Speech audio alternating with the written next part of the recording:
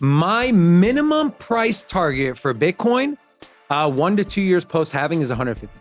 That is the worst case scenario, minimum. Now, leading up to it might be a different story.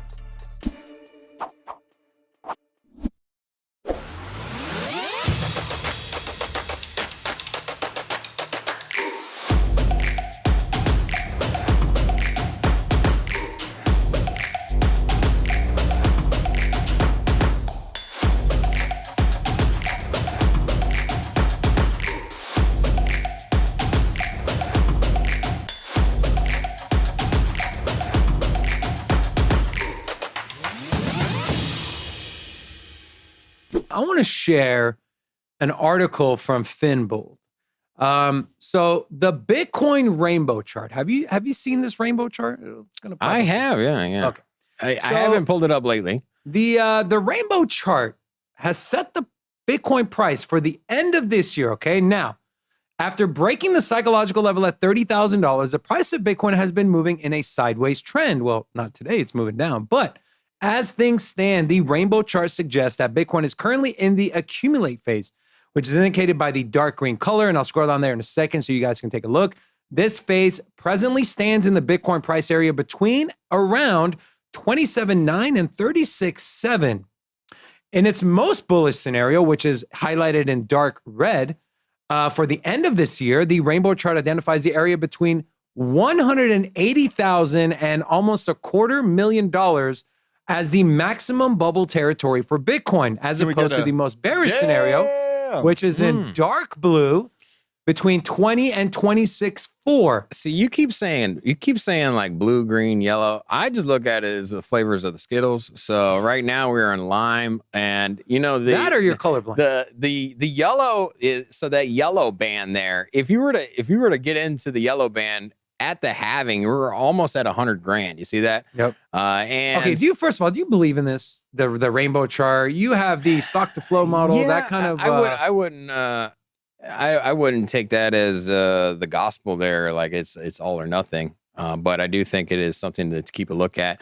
You know it's gonna follow the rainbow chart to some degree, right? And I mean, is it? Yeah, I mean the halving coming up, you're gonna at least be in the yellow band, right? And so the next halving, 100K, I think is a foregone conclusion, at least in our minds, right? No. So we actually did a halving video last week, and my minimum price target for Bitcoin, 1 to 2 years post halving, is 150K. That is the worst case scenario, minimum. Now, leading up to it might be a different story. Look, you got to understand, right? Hedge funds, these money market funds, people that are their sole goal is to make money. And if the stock market is bleeding and you get 5% on US Treasuries, and the dollar is being threatened right now, right? De-dollarization is happening, right? We can't just turn a blind eye to that. That is happening, right? Where else are you going to put your money? You're going to put it in gold that goes up 2% a year? You're going to put it in silver, other precious metals? Or are you going to put it in something like Bitcoin, like Ethereum, who no matter what happens still has utility? Still has utility on top of retail, on top of having events like halvings, on top of it being deflationary, on top of it being on the blockchain. And so that's what I think that narrative shift is going to come. So while everyone thinks that a recession is bad for crypto and Bitcoin, I personally think the opposite. I think when your back is against the wall and you're looking for an outlet and you can't find an outlet, you start looking at other ways that you haven't looked at before. And one of those ways is going to be Bitcoin. You know what's funny? Like, in all honesty, when Bitcoin was at $70,000, all you hear people, man, I wish I bought it at 20, 69. Yeah, okay. I wish it was at 20K, man. It was at 30,000. I buy it right now. And Bitcoin got to 16.5. And what did we hear from people? Bitcoin's going to zero. I knew that's why I didn't invest. No, people always talk about, hey, I'm gonna pull the trigger at this price point, and they never do. Right? It's so common. But now, if you had the conviction and you see that everything's on sale while everyone else is panicking, as people are puking, and CNBC all of a sudden wants to cover crypto and trash it or whatever it is, when mainstream media is talking about it, when you go to the barbecue and your friends are like, how about that FTX? I'm like, well, if you got the conviction to buy, then you are the smart money. And because nothing's changed. Yeah, nothing's changed. Bitcoin has not changed. The Bitcoin blocks are still getting validated every 8 minutes, and Ethereum's still chugging along. Finally got its upgrade. There you go.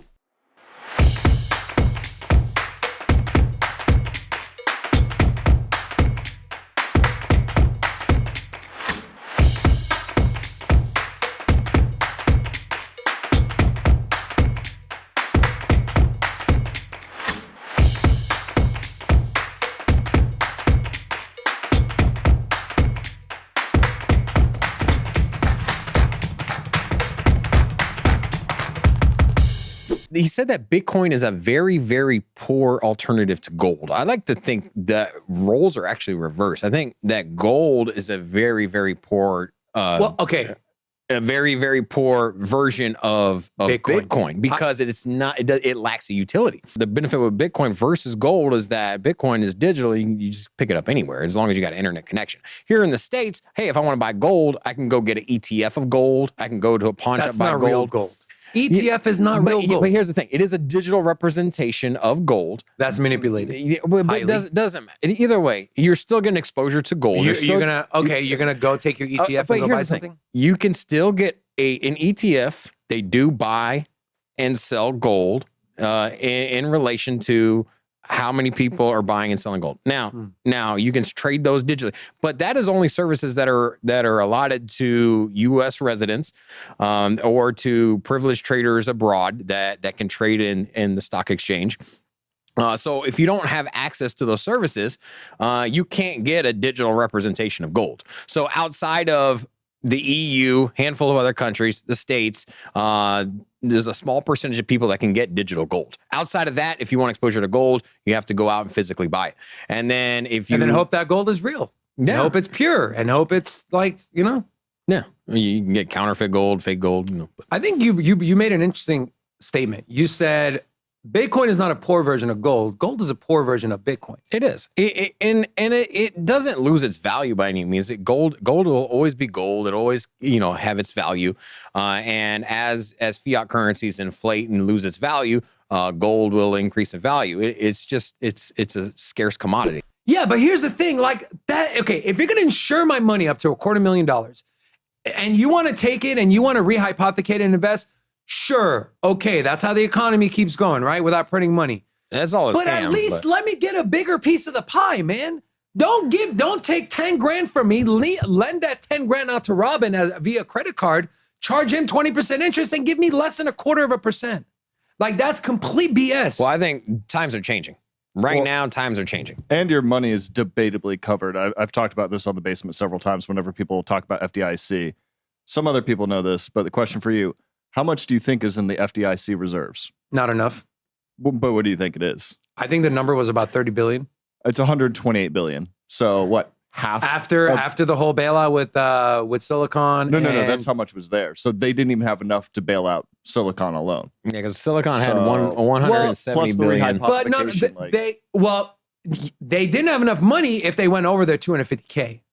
They did have enough money if they stuck to their limits, but they didn't. They guaranteed every depositor their money back. So they guaranteed to make everyone whole to indemnify them. But the problem is that bank, I believe it was either 70, 80, or 90% of the deposits was over that $250,000 threshold. And now they're talking about an unlimited FDIC. How much are these banks going to have to pay into the insurance program? Because that's what they do. It comes off the bank. It comes off the backs of people like me and you. And we know they're not taking that out of their bottom line. Yeah, they gonna come from they print it. They print it and they debase our currency, and then we feel it through inflation. And the thing is we don't see it immediately, and then next thing you know, 2 years down the road, you look at the price of gas, it's doubled, and you're like. And it's because of actions like that. Coinbase, for example, isn't listing XRP. It doesn't have the order books for it. You got to imagine that they're not going to keep a massive amount of XRP as liquidity. They're just going to offload that. And so for that reason, I think when it does relist, eventually, there's going to be so much supply shock because you're going to have the likes of Binance.us, Give us a price target. And XRP wins court case, starts getting relisted. What price? I think you get some candles up into $2-3, and then I think it probably settles in at a 150.